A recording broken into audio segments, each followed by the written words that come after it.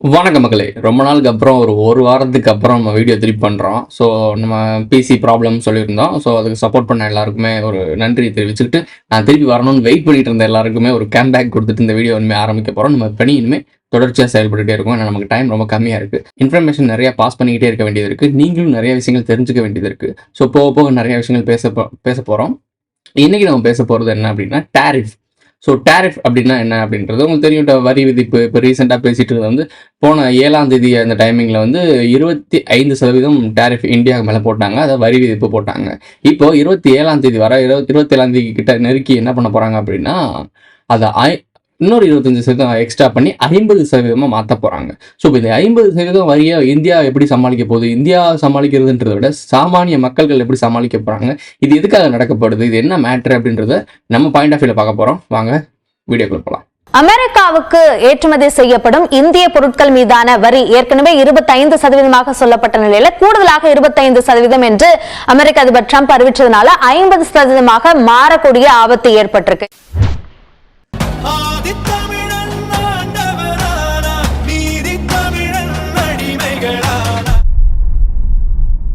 News படி என்ன சொல்றாங்க அப்படின்னா, மோடி அரசை கவிழ்ப்பதற்காக ட்ரம்ப் வேலை செய்கிறாரா அப்படின்னு நியூஸ் வந்திருக்கு. அந்த நியூஸை பார்த்துருப்பீங்க.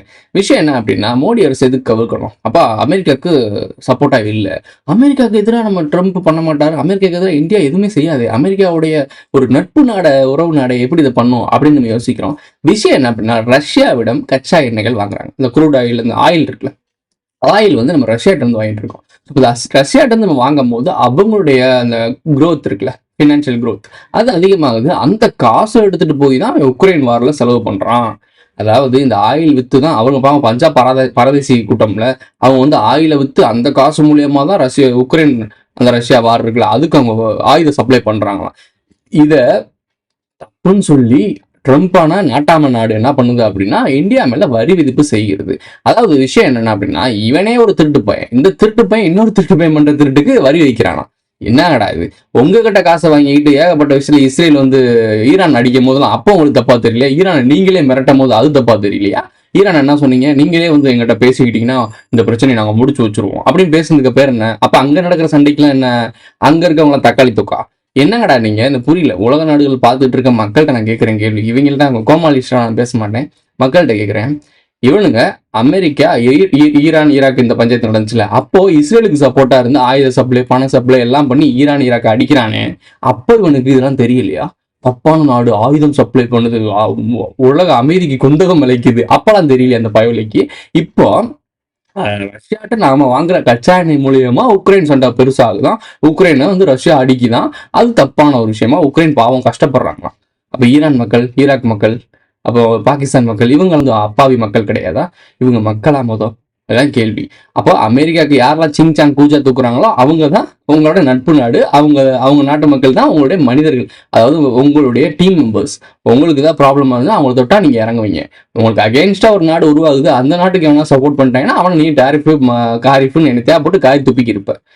இது என்ன மாதிரி ஒரு அணுகுமுறைன்னு தெரியல. உலக நாடுகள்லாம் இதை நார்மலா எடுத்துக்கிட்டானுங்க. இது உலக சந்தை மதிப்பு அப்படிதான். ஒரு நாடு வந்து இன்னொரு நாட்டோட ட்ரேடிங் பண்ணும்போது இன்னொரு நாடு வந்து வரி விதிப்புக்கு அவன் தேவைக்கு அவன் பிடிச்ச நாடு கூட அவங்க கூட நட்பா இருக்க நாடு கூட வணிகம் செஞ்சுட்டு போயிட்டே இருக்க போறான். வணிகம் தான் பண்றாங்க. ஸோ இந்த வணிகம் பண்ணிட்டு போயிட்டு இருக்கான். நீ யாரா கோமாளி ஊடால வந்து இதை பண்ற அப்படின்ற கேள்வி எவனுமே கேட்க மாட்டானுங்க. ஏன்னா இதுதான் டிசைன். உங்களுக்கு புரியுதா? இதுதான் டிசைன். நீங்க சிம்பிளா இந்த அவுட் ஆஃப் சிலபஸ்ல இந்த ஒட்டுமொத்த ஸ்ட்ரக்சர்லேயே வந்து வெளியே வந்து பாத்தீங்கன்னா, அமெரிக்கா விட்டுட்டு அமெரிக்கா மட்டும்தான் மோனோபொலி பண்ணணுமா என்ன? இப்ப ரஷ்யா வந்து பெரிய நிலப்பரப்பு வச்சிருக்க நாடு, அவங்ககிட்ட இருக்கக்கூடிய பொருட்களை நம்ம வாங்கிக்கிறோம். இதுல என்ன தப்பு இருக்குன்னு கேள்வி. நமக்கு தேவை யாருக்கிட்ட இருந்து வாங்குறோம், எது மலிவா இருக்குன்னு அப்படிதான் பார்ப்போம். 3 டைப் ஆஃப் ஒன்று. வேர்ல்டு நாடு வந்து இந்த குளோபல் ஃபினான்ஷியல் கிரைசிஸ் இருக்குல்ல, அதுக்காக சம்பந்தப்பட்ட விஷயத்துல வந்து ஒன்று, நம்ம யாருக்கிட்ட வேணா யார் வேணா வணிகம் பண்ணிக்கலாம். வணிகம் தான் உலகம் நாடுகள்லாம் பண்ணிக்கிட்டு இருக்கு. இந்த நாடு இந்த நாட்டு, அந்த நாட்டு பண்ணிட்டு இருக்கு. So first. ஸோ ரெண்டாவது வந்து என்கிட்ட தான் வாங்கணும்னு சொல்லக்கூடிய நாடுகள் அமெரிக்கா, ரஷ்யா கூட அப்படி சொல்ற மாதிரி தெரியல, ஆனா அமெரிக்கா செஞ்சுட்டு இருக்கு. ஆனா இந்தியா மாதிரி நாடுகள் 3வது டைப். என்னன்னா, எங்களுக்கு எது பலம் கிடைக்கும், நாங்க ஏற்கனவே சுரண்டி தின்னுக்கு இருக்கோம், ஜிஎஸ்டி எல்லாம் போட்டு அடி சாவடிச்சுட்டு இருக்கோம். திருப்பி நான் உங்ககிட்ட இருந்து நான் கச்சா எண்ணெய் வாங்கினேன்னா பணம் அதிகமா இருக்கு, இங்க ஆட்டையை போடுற ஆட்கள் நிறைய இருக்காங்க. ஸோ இதை டேலி பண்றதுக்கு நாங்க என்ன பண்ணணும் அப்படின்னா, ரஷ்யாட்ட இருந்து நாங்கள் கச்சா எண்ணெயை மலிவான விலையில வாங்கினாலாம் இங்கே ஓரளவுக்கு நாங்கள் ஃபினான்சியல் கிரைஸ்ட் வராமல் பார்த்துக்க முடியும், அதை டப்பா டான்ஸ் ஆடாமல் பார்த்துக்க முடியுன்ற பிளானில் கரெக்டாக ரஷ்யாட்ட வாங்குறாங்க. அப்போ இந்தியாவோட பாயிண்ட் ஆஃப் என்ன, என் மக்களுக்கு வந்து பெட்ரோல் விலை கூடுச்சுன்னா எல்லாரோட விலையும் கூட ஆரம்பிச்சிடும், வரி விதிப்பு நிறைய போட வேண்டியது இருக்கும், மக்கள் எதிர்ப்பு அதிகமாக சம்பாதிக்க வேண்டியது இருக்கு, எலெக்ஷன் வேற வந்துட்டு இருக்கு. ஸோ இவ்வளோ பாயிண்ட் ஆஃப் வியூ இருக்கனால அவங்க ரஷ்யாட்ட வாங்குறது தான் அவங்களோட பொறுத்த வரைக்கும் ஒரு கம்ஃபர்டபுளான ஒரு ஜோன். நீ எப்படி அவன்கிட்ட வாங்குவோம், நீ எவ்வளோ காசு வச்சாலும் நீ என்கிட்ட தான்டா வாங்கணும்னு சொல்லி மிரட்டுறாங்க. யாரு? அமெரிக்கா. டேரிஃப் போட்டு மிரட்டுறான். அமெரிக்காவுக்கு நம்ம ஏன் பயப்படணும்? ஏன்னா நாம உற்பத்தி சந்தையில் இல்லை, நம்ம வந்து மார்க்கெட்டில் இருக்கோம். இந்தியான்றது மிகப்பெரிய ஒரு மார்க்கெட். ஸோ இந்த மார்க்கெட்டில் எவனாச்சும் வந்து வணிகம் செஞ்சுட்டு போயிட்டு இருப்பான், வணிகர்கள் வந்துருவாங்க, மார்க்கெட்டை முடிஞ்சோடனே வியாபாரம் முடிஞ்சோடனே மூட்டை கடிச்சிட்டு போயிடுவானுங்க. ஸோ ஒரு சந்தையாக வேலை பார்த்துட்டு இருக்கு. சந்தை கொள்முதல் இருக்கக்கூடாது, உற்பத்தி கொள்முதல் இருக்கணும். அதாவது நம்ம உற்பத்தி பண்ணி கொடுக்கணும். அப்படி கொடுத்தோம்னா நம்ம இவனை பயப்பட தேவையில்ல. இதுதான் சைனா ஜப்பான் இவங்கெல்லாம் பண்றாங்க. சைனா ஜப்பானை ஏன் அடிக்க மாட்டான்? இவனோட உண்மையான எதிரியே சைனா தானே. சைனா அடிக்க மாட்டான். கிட்டத்தட்ட போன டைமிங்ல ஒரு குறிப்பிட்ட இயர்ஸ்க்கு முன்னாடி 1.3 ட்ரில்லியன் அளவுக்கு அமெரிக்கனோடைய மதிப்பு வந்து வச்சிருந்தாங்க. யாரு? சைனா வச்சிருந்துச்சு. இப்போ 700 சில்லற மில்லியன் அவங்ககிட்ட இருக்கு. இப்போ எவ்வளோ குறைஞ்சிருக்குன்னு யோசிச்சு பாருங்க. அமெரிக்கா கிட்டத்தட்ட அந்த பிரிஸ்க் இருக்குல்ல, பிரிஸ்கை பற்றி அப்புறம் பேசுவோம். ஸோ இப்போ அமெரிக்கா வந்து சைனா வந்து என்ன பண்ணிட்டு இருக்கு அப்படின்னா அந்த கோல்டுலாம் கொள்முதல் பண்ணிட்டு இருக்காங்க. அந்த பிரிஸ்க்ன்ற கூட்டம் வந்து கோல்டு அதிகமாக வாங்கிட்டு இருக்காங்க, வாங்கி சேர்த்துக்கிட்டு இருக்காங்க. ஏன்னா கோல்டு தான் மிகப்பெரிய அசெட். ஸோ அதை சேர்த்துக்கிட்டு இருக்காங்க. இப்போ பிரிஸ்குள்ள இந்தியா இருக்கு. இந்தியாவை எப்படியா அதில் வந்து தூக்கிட்டு நேட்டோக்குள்ள கொண்டு வரது, ஏதாவது அமெரிக்கா சைடில் கொண்டு வரணும். இதெல்லாம் ஒரு பொலிட்டிக்கல் ட்ராமா. ஒரு சப்பையான ஒரு குழந்தைக்கு எக்ஸ்பிளைன் பண்ணா கூட இங்கே நடக்கிறது கோமாளி குத்துன்னு தெரிஞ்சிடும். அது தெரிய விடாம பார்த்துக்கிறதுக்கு பேர் தான் ஃபினான்ஷியல் சம்மந்தப்பட்ட ப்ராப்ளம்ஸ், அதாவது மேட்ரிக்ஸ். காலைல எழுந்திரிச்சு வேலைக்கு போகணும், ஸ்கூல் போகணும், காலேஜ் போகணும் வைக்கணும். இதில் எப்படி நீங்கள் இந்த விஷயத்தில் கவனிக்க போறீங்க? இந்த விஷயத்தை கவனிச்சாலும் இதை எதுக்கு நம்ம எக்ஸ்பிளைன் பண்ணணும்? இதை பற்றி தெரிஞ்சுட்டு நம்ம என்ன பண்ண போகிறோம்? நமக்கு வேலை உண்டு, சோறு உண்டு, சுகம் உண்டு அப்படின்ற போயிட்டு இருக்கானுங்க. ஸோ புரிதல் இல்லை. அதனால தான் இது மாதிரி கோமாளிகள் இந்த மக்களை அடிமைப்படுத்தி ஒவ்வொரு நாட்டிலையும் மோனோபொலி பண்ணி டாமினேஷன் பண்ணிட்டு இருக்கானுங்க. இந்த மேட்ரிக்ஸை உடைக்கிறதுக்காக தான் அவேர்னஸை கொடுத்துக்கிட்டு இருக்கோம். இது மட்டுமா? தமிழ்நாட்டை பற்றி பேசிதான் ஆகணும். நம்ம தமிழ்நாட்டில் இருக்கோம். ஸோ தமிழ்நாட்டை பற்றி பேசணும். நம்ம முதலமைச்சர் அவர்கள் என்ன சொல்றாங்க அப்படின்னா 50% வரியை நாங்கள் ரொம்ப எதிர்க்கிறோம், இவர் தான் ரொம்ப கொந்தளிச்சிருக்காரு. காரணம் என்ன அப்படின்னா பல பேரை உள்ள கொண்டு வந்திருக்காரு ஃபினான்ஷியலுக்காக, ட்ரேடிங். இந்தியாவோட ஜிடிபி வளருது, இந்தியாவோட வளர்ச்சி உச்சத்துக்கு போகுதுன்னு பேசிட்டு இருந்தீங்கல்ல. நாட்டின் வளர்ச்சி பாதைக்கு போயிட்டு இருக்கோம். இந்தியாவுக்கு அதிகமான டேக்ஸ் கட்டுறதே நாம தான், அதிகமாக கொடுக்குறோம், ஆனால் கம்மியாக தான் திருப்பி தராங்க. இதெல்லாம் தனி கணக்கு. இப்போ இவர் என்ன சொல்லியிருக்காரு அப்படின்னா அங்க வந்து நாங்க வந்து இப்போ இந்த 50% நீ வரியை இப்போ போட்டீங்க அப்படின்னா என்ன ஆகும் அப்படின்னா இங்க பல பேருக்கு வேலை 30 லட்சம் பேருக்கு வேலை போக வாய்ப்பு இருக்கான். யோசிச்சு பாரு. ஐடி கம்பெனி கூட அந்த காலி பண்ணாலே 1000 2000 பேர் 10,000 பேர்கிட்ட வேலை போகுது ஒரு கம்பெனி வெளியே போனாலே. ஆனா 30 லட்சம் பேருக்கு வேலை போகும் அப்படின்னா யோசிச்சு பாரு. ஆல்ரெடி வேலையில்லா பட்டதாரி காலேஜஸ் ஏகப்பட்டது இருக்கு, ஏகப்பட்ட இன்ஜினியரிங் காலேஜ் தமிழ்நாட்டில் தான் ஏகப்பட்டது கிடக்கு. ஆனா அதுக்கான வேலைகள் இங்க எதுவுமே இல்லை. உற்பத்தி, அதாவது இங்க இருக்க வேலையாட்களுக்கு இங்க வேலையாட்களை தயார் பண்ணி ரோபோட்ஸை ரெடி பண்ணிட்டாங்க. இந்த ரோபோட்ஸை ஒவ்வொரு நாடும் வாங்கிக்குது. எங்க நாட்டுக்கு இத்தனை அடிமை கொடு. இந்த ஒரு படத்துல தமிழ் ஆள் யாருன்னா இருக்கேதுல இவனை தவிர மிச்சம் எல்லாம் வண்டியில மாவீரன் படத்துல அந்த வடக்கன்ஸ் எல்லாம் உட்காந்துருப்பாங்க, எல்லாம் கீழே நின்றுட்டு இருப்பாங்க. ஒரு கூலி தொழிலாளர்களுக்கு ஒரு ஆட்டோ வரும். அந்த ஆட்டோ லோட் ஆட்டோல வந்து எல்லாம் இத்தனை பேர் இதுல என்ன பாருங்க ஏறுங்கப்பா வண்டியில, கூலி தொழில் பார்க்கறதுக்கு, சிமெண்ட் பூசுறதுக்கு, சித்தாள் வேலை பார்க்கறதுக்கு எப்படி ஆள் எடுப்பாங்கல்ல, அந்த மாதிரி ஆள் எடுத்துட்டு இருக்காங்க. இந்தியாவில் வந்து எல்லாம் படிச்சு முடிச்சுட்டாங்க. சிவில் இன்ஜினியர், இந்த மாதிரி இன்ஜினியரிங் படிக்கிறானுங்களா, BE இந்த மாதிரிலாம் படிக்கிறானுங்களா, படிச்ச எம்பள ஒரு கொத்தா நிக்கிறாங்க ஒரு ரோட்ல, வேலை இல்லாம அலைஞ்சு தர்றாங்க டிகிரி தூக்கிட்டு. அப்போ வராங்க இவங்க வெளிநாட்டுக்காரங்க வராங்க, ஒரு கடையை விரிக்கிறாங்க. தம்பி நீயா வா வா வா ஆள் எடுத்துட்டு இருக்காங்க. இங்க மினி லெவல்ல நடக்கிற அந்த சித்தாளுக்கு கொத்தனாருக்கு வேலை ஆள் எடுக்கிறாங்கல்ல, இதை பெரிய லெவல்ல கோட் சூட் போட்டு எடுத்துட்டு இருக்கானுங்க. இவ்வளவுதான் நடந்துட்டு இருக்கு. அப்ப மீதம் இருக்க ஆட்கள்லாம் எங்க போவாங்க? வேலை இல்லாம தெரிவாங்க. அதுவே இங்க பெரிய சிக்கல். இங்க இருக்க எஜுகேஷன் நல்ல வழியில கொண்டு போறாங்க, நிறைய ஸ்கூல் காலேஜஸ் எல்லாம் இருக்கு. ஆனா படிச்சு முடிச்சுட்டு வெளியே வந்தா அவனுக்கான வேலை வாய்ப்பு இங்க இல்லை. அதான் மெயின் மேட்ரு. படிச்சு முடிச்சுட்டு வந்துடுறானுங்க, எல்லாருமே டிகிரி எடுத்துடுறானுங்க, அரியர் கிளியர் பண்ணிடுறானுங்க, எல்லாம் பண்ணிடுறானுங்க, ரேங்க் ஹோல்டரை கூட வர்றானுங்க. வேலை வாய்ப்பு எங்க இருக்கு? வெளிநாடுகள்ல இருக்கு, எங்கிட்டாவது போயிடுறாங்க. அப்புறம் இப்படி இங்கே உற்பத்தி பெரிய லெவல்ல வரும். அங்க படிச்ச நாலேஜ் எல்லாம் இங்க கொட்டினாதானே இங்க வளர ஆரம்பிக்கும். அதை யாரும் பண்ண மாட்டாங்க. படிக்கிறதுக்கு எஜுகேஷன் எல்லாம் வணிகமா மாத்திடுவாங்கலாம். வணிகம் பண்றதுக்கு எங்கடா போகணும்னா வெளிநாட்டுக்கு போடுறாங்க. என்னங்கடா இது கட்டமைப்புனா எனக்கு புரியல. ரைட். ஆனா எனக்கு இந்த அமெரிக்கா ஸ்காலர்ஷிப் வேண்டாம். பணம் இல்லையா? நான் இருக்கேன்ல. நான் போக விரும்பல, நான் தமிழ்நாட்டில் இருக்க விரும்புகிறேன். இந்த அரசியல் இருப்பார், அதெல்லாம் எங்கள்கிட்ட விட்டுரு, நாங்கள் பார்த்துக்கிறோம். இன்றைக்கி நாங்கள் அடிப்போம், நாளைக்கு கட்டி அணைச்சிக்குவோம், கழுத என்னமோ பண்ணுறோம் உண்டு. நீங்கள்லாம் தமிழ்நாட்டோட சொத்து. அதனால தான் சார் தமிழ்நாட்டிலே இருக்க விரும்புகிறேன். உனக்கு எதுக்குப்பா அரசியல்? நீங்களே எவ்வளோ கஷ்டப்படுவீங்கப்பா. நாடு எங்கேருந்து இங்கே கொண்டு போயிருக்கீங்க. உங்கள் சாமி நாங்கள் பகிர்ந்துக்க வேணாமா? ஆஃப்டர் ஆல் உங்கள் எங்கள் பிரதர். இப்படி எல்லாருமே யோசிக்க ஆரம்பிச்சிட்டிங்கன்னா நாங்கள் என்ன பண்ணுறது? தம்பி, இப்போ அரசியல் அவ்வளோ நல்லா இல்லை, நல்லவங்க ரொம்ப கம்மி. தெரியும், ஜாகிரதையாக இருக்கணும். நீங்கள் இருக்கீங்களே எனக்கு ஒரு அண்ணன். 30 லட்சம் பேருக்கு வேலை போகலாம். அதாவது படிச்சவனுக்கு இங்கே வேலை இல்லை, இதுமே வேலை தேடி போகணும். அப்போ வேலை பார்த்துட்டு இருக்க 30 லட்சம் பேர் வேலை போச்சு அப்படின்னா என்ன நடக்கும்னு யோசிச்சுப்பார். 2029 பொருளாதார வீழ்ச்சி வரும்னு சொன்னது இப்போ உனக்கு புரியுதா? இப்போ 2025லயே இந்த பாடுபடுத்துறாங்க. 2029 எத்தனை வருஷம் இருக்குன்னு யோசிச்சுப்பாரு. இப்படியே கொஞ்சம் கொஞ்சமா நடந்துச்சுன்னா என்ன நடக்கும்? இப்போ பாண்டிங்க்கு வருவோம். பாண்டிங் கணக்குல அமெரிக்காவோட டாலர் கணக்குல வச்சு பாண்டிங் மாதிரி விற்பாங்க. இந்த பாண்டிங் பத்தி ரொம்ப டீட்டெயிலாக பேச வேணும், நிறைய பேர் பேசியிருப்பாங்க. டெக்னிக்கலா நம்ம பேச வேணும், புரிதலுக்கு சொல்லுவோம். ஸோ இந்த பாண்டிங் மாதிரி வச்சு இந்த பாண்டிங்கை விற்பாங்க. ஒரு சிலவங்க வாங்குவாங்க, ஒரு சிலவங்க விற்பாங்க. இது மாதிரி மக்கள் இருக்காங்கல்ல, சாதாரண மக்கள்கிட்ட தான் இந்த ட்ரில்லியன் கணக்குல டாலரோட மதிப்பு இருக்கு. இப்போ அமெரிக்கா இப்படி பண்ண என்ன ஆகும் அப்படின்னா, சைனாக்காரன் மட்டும் தன்னுடைய பாண்ட்ஸ் எல்லாம் வித்து தீர்த்துட்டான்னு வச்சுக்கோங்களேன், முடிஞ்சு வச்சு டப்பா டான்ஸ் ஆடிடும் அமெரிக்காவுக்கு. அப்போ அமெரிக்காவோட பண மதிப்போட வேல்யூ குறைஞ்சிரும். அப்போ என்ன ஆகும்? அதை அசெட்டாக மாற்றி வச்சிருக்கவங்க, அதெல்லாம் வந்து ஃபிக்ஸட் டெபாசிட்னு போடுவாங்கல்ல, அப்படி போட்டு வச்சிருக்கவங்களாம் இந்த பாண்டிங் வாங்கி வச்சிருக்கவங்க என்ன நினைப்பாங்க? ஐயோ அமெரிக்கா டாலர் விழுற போகிறோம், அமெரிக்கா டாலர் மாதிரி எனக்கு நம்பிக்கை இல்லைன்னு சொல்லி எல்லாரும் ரிட்டர்ன் கொடுக்க ஆரம்பிச்சிருவாங்க, அதை விற்க ஆரம்பிச்சிருவாங்க. அப்போ என்ன ஆகும் அப்படின்னா, அமெரிக்காவோட டாலர் கூட்டிகிட்டே இருக்கும், அப்படியே பணத்தில் மூழ்கிட்டே இருப்பேன். அதாவது அமெரிக்கா மூழ்கிடும், அமெரிக்கா ஃபினான்ஷியல் கிரைஸ்ட் ஆகும். நான் சொன்னது கரெக்டாக நடக்குதா? பிளான் கரெக்டாக போகுதா? ஆனால் இந்தியாவை மட்டும் அடிக்கிறான், சைனாவை அடிக்க மாட்டான். சைனாவை அடிக்கிறதுக்கு இது நேரம் இல்லை, சரியான நேரத்தில் அடிப்பானுங்க. அப்போ பிரிஸ்க்கு தூக்கிட்டு வரும்.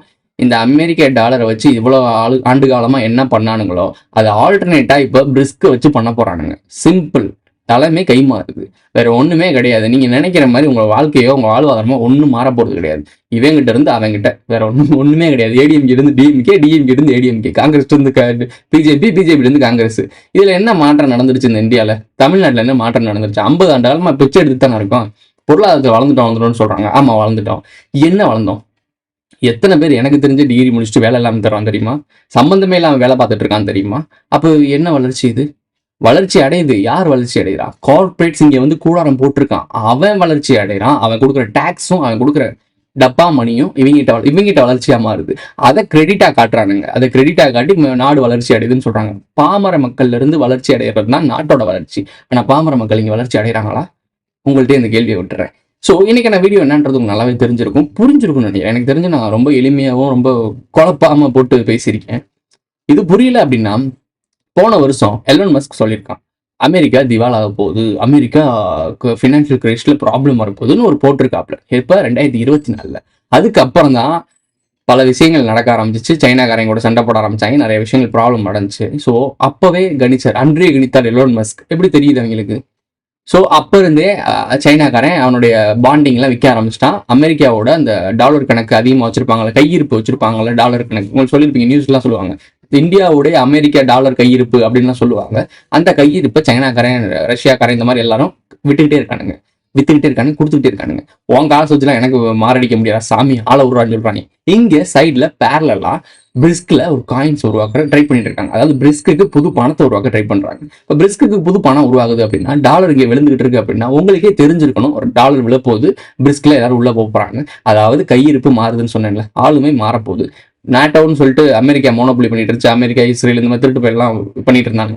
இப்போ இங்கிட்ட ஒரு கோமாளி கும்பல், இவங்க வந்து இனிமேல் நாங்கள் பார்த்துக்குறோம்ப்பா, நீங்கள் இவ்வளோ நாள் கொள்ளையடிச்சிட்டீங்க, இத்தனை ஆண்டு காலமாக நீங்கள் கொள்ளையடிச்சிங்க, மக்களை ஏமாற்றி பொழைச்சிங்க, இதுக்கப்புறம் ஆளுமையில எங்கே பக்கம் அப்படின்ட்டு இங்கிட்ட ஒரு வேலை பார்க்க போகுது. இதுக்கு இந்தியா ரொம்ப முறைய ஒரு பிளே கிரவுண்டாக இருக்க போகுது. இதுதான சந்தை தானே. ஸோ இது பிளே கிரவுண்டாக இருக்க போகுது. யூனியன் ஆஃப் சவுத் இந்தியா அவங்களுக்கு ரொம்ப முக்கியம். உங்களுக்கு இன்னொரு எக்ஸ்ட்ரா துணுக்கள் சொல்கிறேன். இந்த வீடியோ முடிஞ்சிருச்சு, உங்களுக்கு புரிஞ்சிருச்சு என்ன நடக்குதுன்றது புரிஞ்சிருக்கணும், தெளிவாக தான் சொல்லியிருக்கேன், புரிஞ்சிருக்கணும். இந்தியா யூனியன் ஆஃப் சவுத் இந்தியாவுக்கு வரணும் அப்படின்றது காரணம் எல்லாமே நம்ம பேசியிருக்கோம், பழைய வீடியோஸ்லாம் பார்த்துருப்பீங்க. ஏன்னா அவங்க இங்கே வரப்போகிறாங்கன்னு சொல்லியிருந்தோம், அந்த கவுன்சில்ஸ்லேருந்து இந்த எல்லாமே வரப்போகிறாங்கன்னு சொல்லியிருக்கோம். இந்தியாவோட பாராளுமன்றம்னு சொல்லிட்டு பழைய ஓல்டு இருந்துச்சு, அந்த நேரு அவங்களாம் இருப்பாங்கல்ல. ஸோ அந்த பழைய பாராளுமன்றம் வந்து மாற்றிட்டு இப்போ புது பாராளுமன்றம் உருவாக்கியிருக்காங்க. அந்த பழைய பாராளுமன்றத்துக்கோட முதல் பேர் என்ன, அதெல்லாம் அதோட ஃபர்ஸ்ட் நேம் என்ன அப்படின்னு பார்த்தோம்னா, நான் சொல்ல வரும்ல, நீங்களே இதை படிச்சு பாருங்க.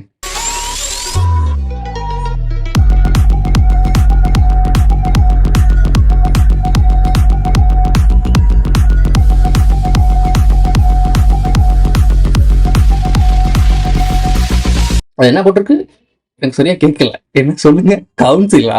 யாரது கேட்கல? ஓ, பச்சை துண்டு போட்டிருக்காரா? சரி, ஓகே. நம்ம ராயல் கவுன்சில், ஜெயின் கவர்னன்ஸ் அப்படிலாம் சொன்னோம்ல, அந்த வேர்டை ஞாபகம் வச்சிருந்தீங்கன்னா இப்போ அது என்னன்னு புரிஞ்சிருக்கும். அப்போ கவுன்சில்ன்ற பேர் இருந்துச்சு, மாற்றப்பட்டுச்சு, கிளம்பிட்டாங்க. இப்போ அவங்க வரப்போறாங்க, கவுன்சில்ஸ் வரப்போகுது, கவுன்சில்ஸ் நடைபெற்றுச்சு. கவுன்சில் கடைசி இறுதியா எங்க இருந்து ஹப்பா செயல்பட போகுது அப்படின்னா யூனியன் ஆஃப் சவுத் இந்தியாவில், அதாவது தென் இந்தியாவில். அமெரிக்கா டிவால் ஆக போகுது அப்படின்னா அங்கிருந்து கூடாரம் கலைக்கப்படுதுன்னு அர்த்தம்.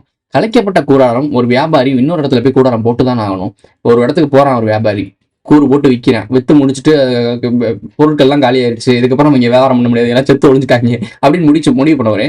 மூட்டை முடிச்சுலாம் கட்டிட்டு வேற ஒரு இடத்துல நல்ல செல்வ செழிப்பா நல்ல சரியான இடம்டா அப்படின்னு இன்னொரு 1000 வருஷத்துக்கு உட்காந்து திங்கலாம்டா அப்படின்னு நினைக்கிற இடத்துல தானே ஒரு நல்ல சிறந்த ஒரு கோமாளியான சரி, அவங்க நம்ம கோமாளி சொல்ல முடியாது, அவங்க ஒரு வியாபாரிகள் கூடாரம் போடுவானுங்க.